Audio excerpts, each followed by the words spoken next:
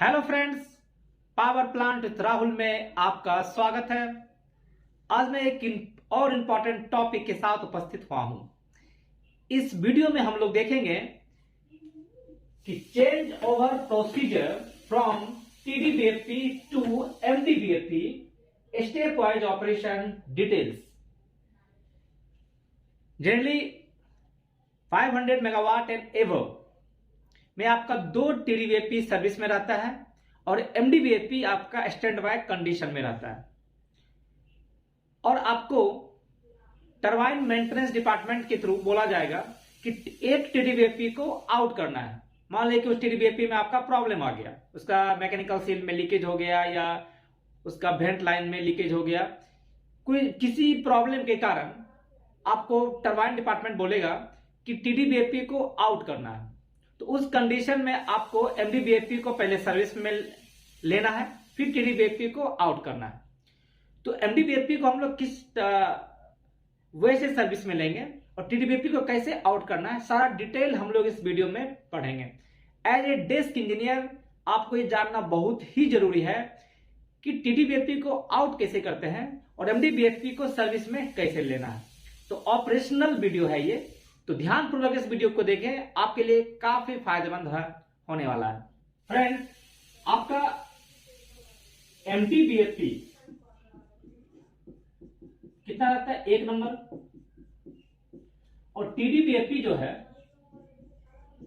आपका total 2 number रहता है। 2 टीडीबीएफपी आपका रहता है और एक आपका एमडीबीएफपी रहता है। टोटल आपका 3 बीएफपी है। बॉयलर फीड पंप जो है आपका 3 होता है, जिसमें एक आपका एमडीबीएफपी रहता है, 2 टीडीबीएफपी रहता है। स्टार्टिंग में हम लोग एमडीबीएफपी से लाइटअप करते हैं जब आपका, और पैरेलली हम लोग टीडीबीएफपी को एक टीडीबीएफपी को रोलिंग में डालते हैं अगर आपके पास पीआरडीएस सिस्टम अवेलेबल है। अगर पीआरडीएस सिस्टम अवेलेबल नहीं है तो फिर तो आप इसको रोलिंग कर नहीं सकते हैं। जब आपके पास पीआरडीएस सिस्टम अवेलेबल हो जाता है देन यू कैन रोल टीडीबीएफपी। तो जब आपका लोड 150 मेगावाट के आसपास हो जाता है तो एक टीडीबीएफपी को हम लोग सर्विस में ले आते हैं और 350 मेगावाट के बाद सेकेंड टीडीबीएफपी को भी सर्विस में हम लोग लोडिंग कंडीशन में ले आते हैं और उसके बाद एमडीबीएफपी को आउट करके उसको स्टैंड बाय में डाल देते हैं।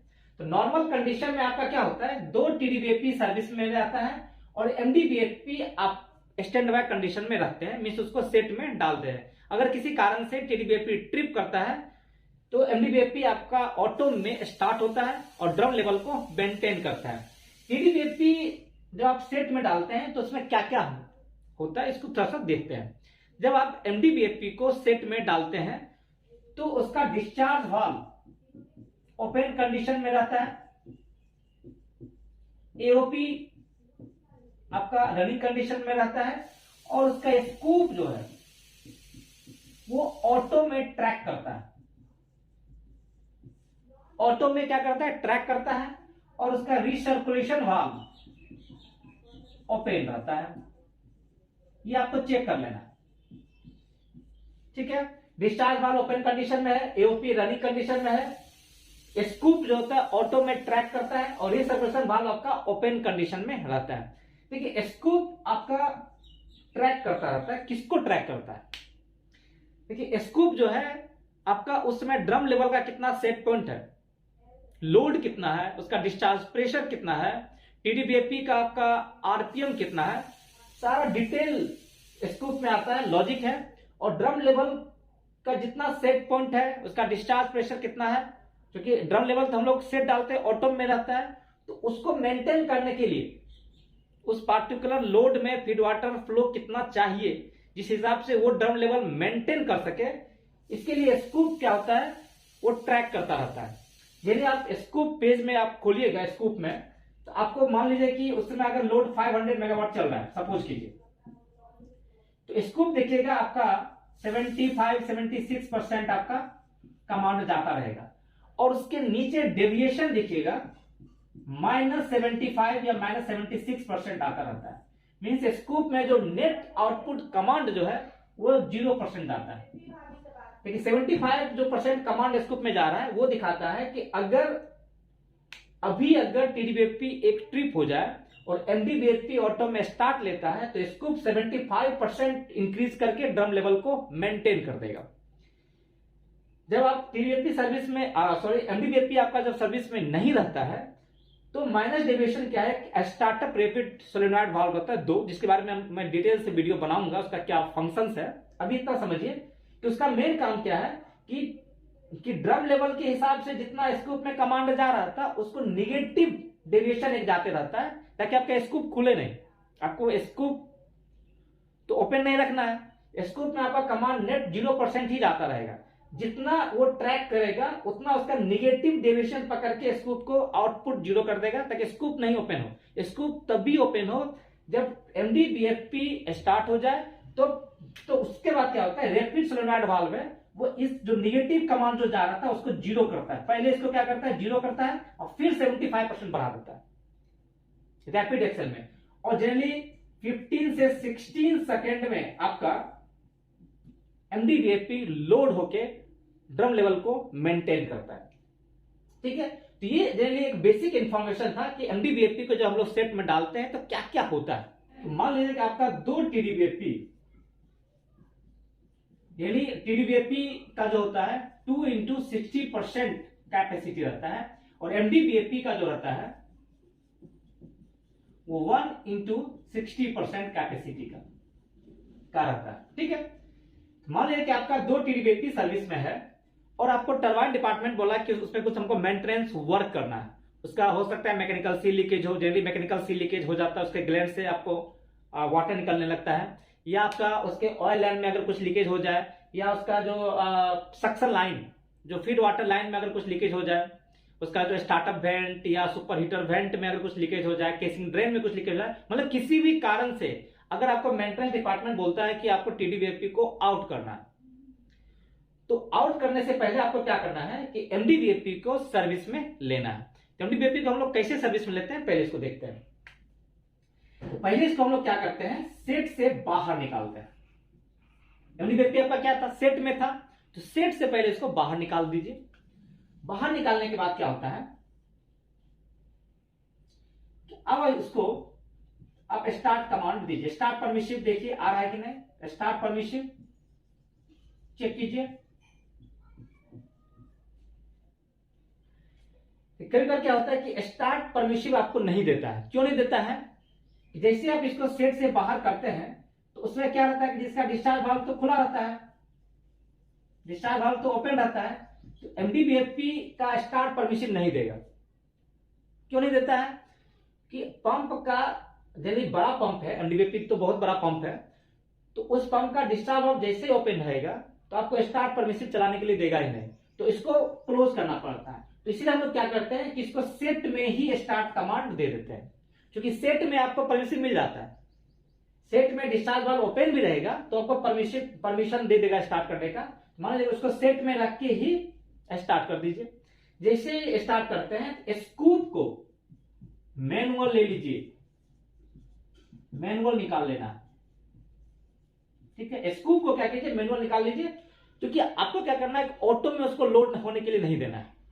उसको हम लोग मैनुअली धीरे धीरे ड्रम लेवल को मेंटेन करते हुए लोड करना है। अगर आप ऑटो में स्टार्ट अगर छोड़ देते हैं, आपने क्या किया, अगर स्कूप को मैनुअली नहीं निकालते हैं तो क्या होगा, ऑटो में लोड हो जाएगा और ड्रम लेवल पॉजिटिव की ओर जाएगा, और क्या करेगा, हो सकता है कि टीडीबीएफपी को अनलोड ना कर दे, क्योंकि जैसे ही आपका फीड वाटर का डिमांड तो कांस्टेंट है, उस पार्टिकुलर लोड के लिए फीड वाटर का जितना डिमांड होना चाहिए वो तो कांस्टेंट है। अभी आपका दो टीडीबीएफपी सर्विस में था, दोनों अपना फीड वाटर सप्लाई कर रहा था, एक तीसरा एमडीबीएफपी भी आपने लोड कर दिया, तो क्या करेगा, वो टीडीबीएफपी का जो डिमांड था उसको धीरे धीरे घटाना शुरू कर देगा। तो उससे क्या होता है कि ड्रम लेवल थोड़ा सा फ्लक्चुएशन आता है, तो आपको ड्रम लेवल को देखते हुए स्मूथ आपको चेंज ओवर करना है। उसके लिए स्कूप को क्या कीजिए, आप मैनुअली निकाल लीजिए।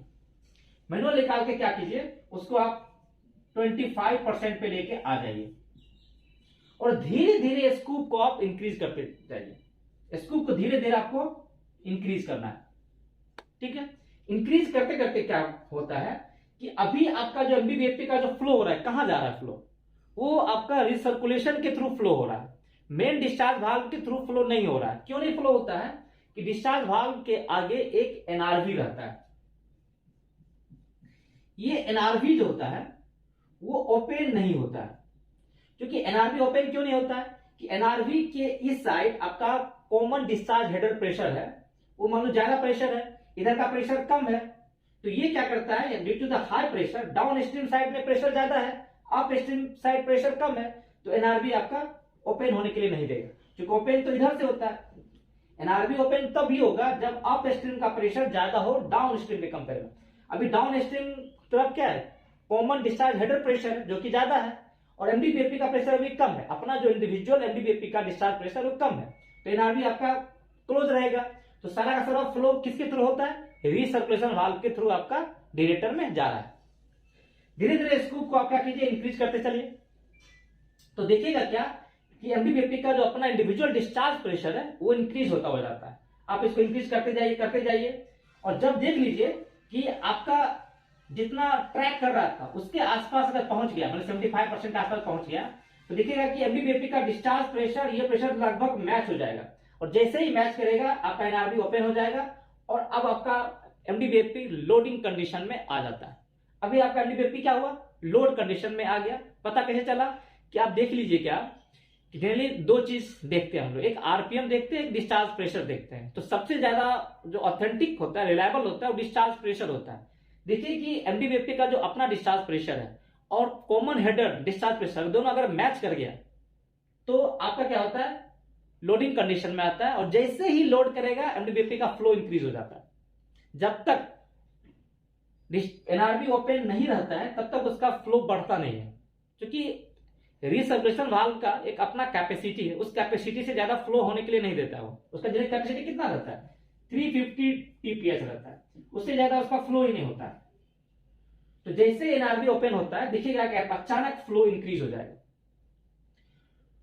तो जब एमडीबीएफपी को लोडिंग में घुसने से पहले, लोडिंग में आने से पहले ड्रम लेवल को क्या कीजिए, -100, धीरे धीरे सेट पॉइंट को -120 आप धीरे धीरे सेट करते चलिए। आप नॉर्मल में ड्रम लेवल कितना सेट डालते हैं, -50 से -60 जनरली आप सेट कर दिए मान लीजिए। अब जैसे ही एमडीबीएफपी सर्विस में आप लेते हैं, जैसे ही लोडिंग होता है तो धीरे धीरे सेट पॉइंट को आप चेंज करते जाइए, -100 -120 सेट कर दीजिए। क्यों सेट करने के लिए बोलते हैं कि जैसे ही एमडीबीएफपी सर्विस में आया, लोडिंग कंडीशन में आया, तो क्या होता है, ड्रम लेवल को पॉजिटिव की ओर ले जाना चाहेगा, क्योंकि अल्टीमेट आपका टीडीबीएफपी का फ्लो हो ही रहा था और एमडीबीएफपी का भी फ्लो अब जाना शुरू हो गया। तो उस मोमेंटरी क्या होगा कि ड्रम लेवल आपका बढ़ना शुरू हो जाता है, फिर ड्रम लेवल गिरेगा। क्यों, क्योंकि टीडीबीएफपी का क्या धीरे धीरे उसका आरपीएम को कम करता जाएगा। तो सेफ्टी पर्पज के लिए क्या करते हैं हम लोग, ड्रम लेवल को -120 के आसपास लेके आ जाते हैं। अभी आपका क्या हुआ कि तीनों बीएफपी आपका लोडिंग कंडीशन में, दोनों टीडीबीएफपी तो लोडिंग में था ही, और एमडीबीएफपी भी आपका लोडिंग कंडीशन में आ गया। अब आपका मेन इंपॉर्टेंट काम क्या है कि रीसर्कुलेशन वाल्व को इंटरचेंज करना है। रीसर्कुलेशन वाल्व जिस टीडीबीएफपी को आपको आउट करना है उसका रीसर्कुलेशन वाल्व को ओपन करना है, और एमडीबीएफपी का रीसर्कुलेशन वाल्व ओपन था उसको आपको क्लोज करना है। तो यहां पे थोड़ा सा आपको ध्यान देना है। क्या हो रहा है, देखिए कि एमडीबीएफपी का रीसर्कुलेशन अभी ओपन है, तो उधर से फ्लो कितना हो रहा है, मान लीजिए कि 300 से 350 टीपीएच हो रहा है। अब आपको क्या करना है कि रीसर्कुलेशन वाल्व को इंटरचेंज करना है, मींस जिस टीडीबीएफपी का आपको करना है, आउट करना है, उसका रीसर्कुलेशन वाल्व को पहले ओपन करना है। एमडीबीएफपी का पहले रीसर्कुलेशन वाल्व क्लोज नहीं करना है। अगर आप इसको क्लोज कर दीजिएगा तो जो फ्लो 350 टीपीएच का फ्लो रीसर्कुलेशन वाल्व के थ्रू हो रहा था वो अब मेन डिस्चार्ज के थ्रू होना शुरू होगा और ड्रम लेवल को पॉजिटिव कर देगा। तो हमेशा सेफ्टी पॉइंट रखा जाता है क्या कि ड्रम लेवल को निगेटिव मेंटेन कीजिए, क्योंकि निगेटिव में आपको ज्यादा मार्जिन देता है। निगेटिव में क्या है, -375 mm WC आपको मार्जिन देता है, लेकिन पॉजिटिव में आपको 225 ही है। तो इसलिए ड्रम लेवल को निगेटिव रखिए, क्योंकि इसमें आपको मार्जिन ज्यादा देता है, आप उसको टाइम ज्यादा देगा, आप उसको ड्रम लेवल को मेंटेन कर सकते हैं, कंट्रोल कर सकते हैं। पॉजिटिव में क्या होता है कि फटाक से पॉजिटिव जाएगा, आपको समय बहुत कम देता है। ठीक है, तो अब आपको क्या करना है इसलिए एमडीबीएफपी का रिसर्कुलेशन वाल्व को पहले क्लोज नहीं करना है। पहले क्लोज कीजिएगा, ड्रम लेवल पॉजिटिव जाएगा, क्योंकि इतना तो फ्लो आपका डाइवर्ट हो जाएगा। डाइवर्ट होगा तो ड्रम लेवल पॉजिटिव की तरफ जाना शुरू कर देगा। इसलिए सबसे पहले क्या करना है कि टीडीबीएफपी का रिसर्कुलेशन वाल्व को ओपन कर लेना है। इसका जैसे ही ओपन कीजिएगा तो जो फ्लो, अभी मान लीजिए कि एक टीडीबीएफपी का फ्लो कितना हो रहा था, मान लीजिए कि टीडीबीएफपी का फ्लो मान लीजिए कि 800 टीपीएस हो रहा था। तो जिस टीडीबीएफपी का आप रिसर्कुलेशन वाल्व को ओपन करते हैं तो 300 टीपीएस के आसपास फ्लो क्या होगा, वो आपका रिसर्कुलेशन वाल्व के थ्रू डाइवर्ट हो जाएगा और मेन डिस्चार्ज की तरफ फ्लो थोड़ा सा क्या होगा, रिड्यूस हो जाएगा। उधर कितना होगा, 450 टीपीएस ही फ्लो होगा। तो इस कंडीशन में क्या होता है, ड्रम लेवल थोड़ा सा निगेटिव जाना शुरू करता है। तो हम लोग क्या करते हैं, ज्यादा निगेटिव ना हो, जो आपने सेट पॉइंट -120 किया था उसको जब एमडीबीएफपी आ जाता है और जब रिसर्कुलेशन इसका ओपन करते हैं उससे पहले धीरे धीरे घटा के -80 हम लोग सेट कर देते हैं, अप्रोक्सीमेट -80 -70। तो ज्यादा आपका निगेटिव नहीं जाएगा। अगर आप इसको -120 -130 पे छोड़ देते हैं तो और तो फ्लो इसका क्या होगा, जैसे ही आप इसको ओपन करते हैं तो 350 टीपीएस फ्लो तो डाइवर्ट हो गया थ्रू रिसर्कुलेशन। चूंकि आप उसका जैसे ओपन करते हैं तो 350 टीपीएस आपका फ्लो कहां जाएगा, थ्रू रिसर्कुलेशन। तो इधर आपका 450 के आसपास जाएगा, तो ड्रम लेवल निगेटिव ज्यादा हो जाएगा। तो इसको बचने के लिए क्या करते हैं कि सेट पॉइंट को थोड़ा बढ़ा देते हैं, ताकि अदर जो एमडीबीएफपी है और टीडीबीएफपी है वो लोड प्रॉपर ले ले। एमडीबीएफपी का स्कूप भी क्या है, ऑटो में आप ऑलरेडी डाल चुके हैं। जैसे ही एमडीबीएफपी लोडिंग में आता है स्कूप को ऑटो में डाल देना है, अपना वो मेंटेन करता रहेगा। ठीक है, अब क्या करना है, जैसे ही टीडीबीएफपी का रिसर्कुलेशन आपने ओपन किया सॉरी, तो एमडीबीएफपी का रिसर्कुलेशन को आपको क्लोज कर देना है। ठीक है, एमडीबीएफपी का रिसर्कुलेशन वाल्व को आप क्लोज कीजिएगा। तो क्लोज करने से क्या होता है, ड्रम लेवल थोड़ा पॉजिटिव की ओर जाएगा। थोड़ा क्यों पॉजिटिव जाएगा, कि जो 350 टीपीएच का फ्लो थ्रू रिसर्कुलेशन हो रहा था अब आपका मेन डिस्चार्ज के थ्रू जाना शुरू कर देगा। ठीक है, उससे ड्रम लेवल थोड़ा पॉजिटिव की ओर जाएगा। तो थोड़ा सा आप -80 सेट किए हैं तो थोड़ा पॉजिटिव करके -50 तक जाएगा। फिर आपका क्या होगा, धीरे धीरे वो घटाना, सेट पॉइंट को देख के घटाना शुरू करता है। जब एमडीबीएफपी का रिसर्कुलेशन क्लोज हो गया है और टीडीबीएफपी, जिस टीडीबीएफपी को आपको आउट करना है उसका मान लीजिए ओपन हो गया है, अब क्या करना है कि उस टीडीबीएफपी को जिसको आपको आउट करना है उसका स्पीड कंट्रोल जो रिमोट में था उसको आपको लोकल में लेके आ जाना है।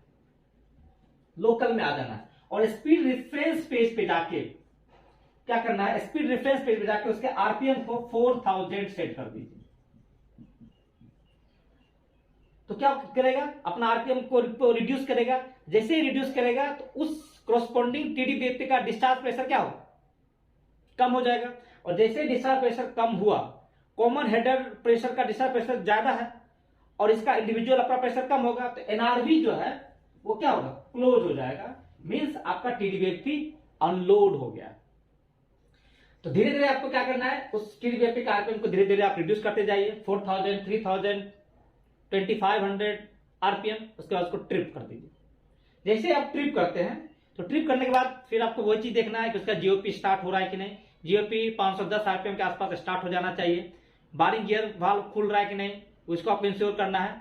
और उसको टीडीबीएफपी जो है वो जनरली 350 से 400 आरपीएम के बीच आपका बारिंग पे आ जाता है। देखिए फ्रेंड्स, जब आपका टीडीबीएफपी बारिंग पे आ गया है फिर आपको टरबाइन मेंटेनेंस बोलेगा कि इसको आइसोलेट करना है। आइसोलेशन के लिए क्या करना है, पहले स्टीम साइड को आइसोलेट करना है। तो टीडीबीएफपी के आइसोलेशन में ध्यान रखना है आपका वैक्यूम प्रेशर को। वैक्यूम प्रेशर 0.3 पे आपका यूनिट ट्रिप हो जाता है। तो अक्सर देखा गया है कि टीडीबीएफपी के आइसोलेशन में आपका वैक्यूम डिस्टर्ब होता है और यूनिट ट्रिप हो जाता है। तो उस पर आपको ध्यान रखना है। ग्लेन स्टीम प्रेशर को पॉजिटिव मेंटेन करना है, क्योंकि अगर निगेटिव अगर हो जाता है तो एयर ग्लेन के थ्रू इंग्रेस होकर कंडेंसर में जाएगा और कंडेंसर के वैक्यूम को आपको डिस्टर्ब कर सकता है। तो कंडेंसर के वैक्यूम को डिस्टर्ब करके यूनिट को ट्रिप कराते हैं। तो क्या करना है कि ग्लेन स्टीम को आइसोलेट करने के लिए जो ग्लेन स्टीम का जो सप्लाई लाइन है, जो उसका न्यूमेटिक और मोटराइज वाल्व है, उससे पहले एक मैनुअल आइसोलेटिंग वाल्व होता है और उसके बाद भी होता है। तो दोनों वाल्व को आप आइसोलेट कर दीजिए। और टीडीबीएफपी का जो एग्जॉस्ट कंडेंसर से कनेक्टेड है उसको भी आप क्लोज कर दीजिए। क्लोज करने के बाद आप उसको थोड़ा सा मैनुअली हैंड टाइट भी आप कर सकते हैं, ताकि जो एयर इनग्रेस का कोई चांस ना बने। जो एग्जॉस्ट वाल्व है उसका एक बाईपास वाल्व भी होता है, वो मैनुअल आइसोलेटिंग वाल्व उसमें रहता है, उसको भी आपको क्लोज कर देना है। और वैक्यूम पे आपको नजर देना, अगर वैक्यूम थोड़ा सा डिस्टर्ब हो तो दोनों वैक्यूम पंप आप चला के वैक्यूम को मेंटेन कर सकते हैं। ठीक है, अभी आपका क्या हुआ, ग्लैंड स्टीम भी आइसोलेट हो गया है।